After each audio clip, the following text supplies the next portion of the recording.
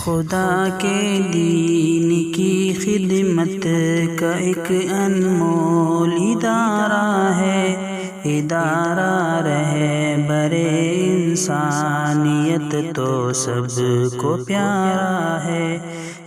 حسد یہ بھی بہت سی خرابیوں اور برائیوں کا پیشگی بنتا ہے۔ حاسد غیبت کرتا ہے اور کچھ نہیں کر پاتا تو بیٹھ کے وہ فلانا ایسا، جو اس کا محسود ہوگا بیٹھ کے اس کے شان میں قصیدہ پڑھے گا، والا قصیدہ نہیں جو قاری امتیاز سنائے، قصیدہ مظلومہ وہ سنائے، وہ ایسا ہے یہ ویسا ہے ڈبل پیسہ ہے، اس لیے کہ اس سے حسد ہے، اس لیے اس کی برائی ہے۔ پھر حسد جس شخص کے اندر ہوگا وہ سازش کرے گا، اور سازش کرے گا تو حلال و حرام کا فرق بھلا بیٹھے گا۔ وہ تو بس چاہے گا کہ کسی بھی طرح میں اپنے محسود کو نقصان پہنچاؤں، چاہے جس ذریعے سے ہو، جو کرنا پڑے میں کر گزروں گا۔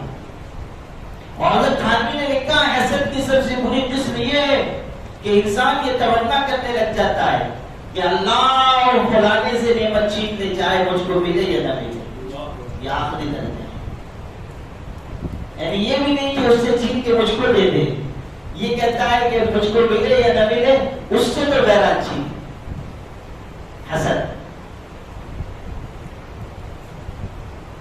اور حسد انسان کو دوہری آگ کا سے دوچار کرتا ہے، آخرت میں جہنم کی آگ اور دنیا میں حسد کی آگ، دونوں جگہ اس کے لیے آگ۔ اسی لیے یہ بات کہی گئی اور دقیق بات ہے لیکن بہت خوبصورت ہے کہ حاسد، حسد کرنے والا محسود کو قتل کرنے سے پہلے اپنے آپ کو قتل کر دیتا ہے۔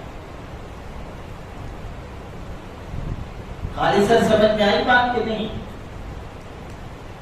محسود کو قتل کرنے سے پہلے حسد حاسد کو قتل کرتا ہے۔ اس پہ قصہ سن لو۔ معتصم باللہ پر بادشاہ گزرا ہے، عباسی سلطنت میں بادشاہ معتصم باللہ۔ ہاں تو ہے معتصم کے دربار میں ایک وزیر تھا، بہت اس کا چہیتا قریبی، اور کہیں سے کوئی شخص آیا عربی دیہاتی، اور اس نے بادشاہ سلامت کے دربار میں حاضری دی، اور بادشاہ اس کے کلام سے بات چیت سے متاثر ہوا، تو اس کو کہا کہ تم یہیں ٹھہر جاؤ، ہمارے دربار میں آیا جائے۔ ہوتے ہوتے وہ بہت قریب ہونے لگا، کافی قریب ہو گیا بادشاہ کے۔ اب وہ جو وزیر تھا اس کو حسد ہونے لگا کہ یہ دن بدن قریب ہوتا جا رہا ہے اور میری طرف اتفاق بادشاہ کم ہو رہا ہے۔ اب وہ اس ادھیڑ پن میں رہنے لگا کہ کیسے میں اس کی مقبولیت کم کروں۔ حسد شروع ہوا اور اپنے عروج کو پہنچ گیا۔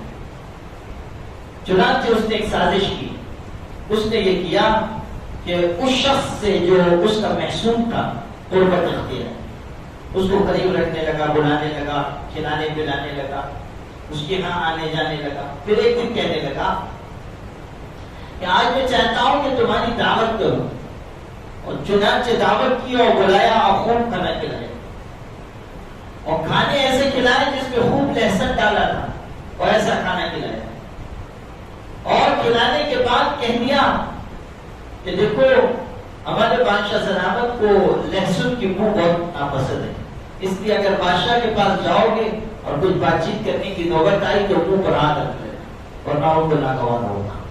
تم چونکہ بہت قریب ہو اس لیے تم کو بتا دیا۔ اور یہاں سے نکل کے اس کے پہنچنے سے پہلے بادشاہ کے پاس پہنچا اور بادشاہ سے کہنے لگا کہ بادشاہ سلامت آپ اس کو اتنا قریب رکھتے ہیں، اتنا عزیز رکھتے ہیں، اتنا چاہتے ہیں، اور ایسا اور ویسا، اور وہ تو آپ کے بارے میں کہتا پھرتا ہے کہ آپ کو منہ کی بدبو کی بیماری ہے، آپ جب بات کرتے ہیں تو منہ سے بدبو آتی ہے، وہ ایسا کہتا پھرتا ہے۔ مجھ سے بھی اس نے کہا، بادشاہ کو بہت ناراضگی ہوئی، لیکن اس نے کہا میں بغیر دلیل کے بات نہیں مانوں گا۔ کہا کہ آپ اس کو بلائیے، دیکھیے گا جب آپ بات چیت کریں گے تو اپنے منہ پہ ہاتھ رکھے، ناک پہ ہاتھ رکھے گا تاکہ اس کو بو نہ پہنچے۔ اب اس نے بادشاہ نے بلایا اور واقعی ویسے ہی ہوا، یہ لہسن کی بو کی وجہ سے منہ پہ ہاتھ رکھتا تھا۔ بادشاہ نے سمجھا کہ وہ بات صحیح ہے، تو بادشاہ پہ بہت غصہ آیا، اس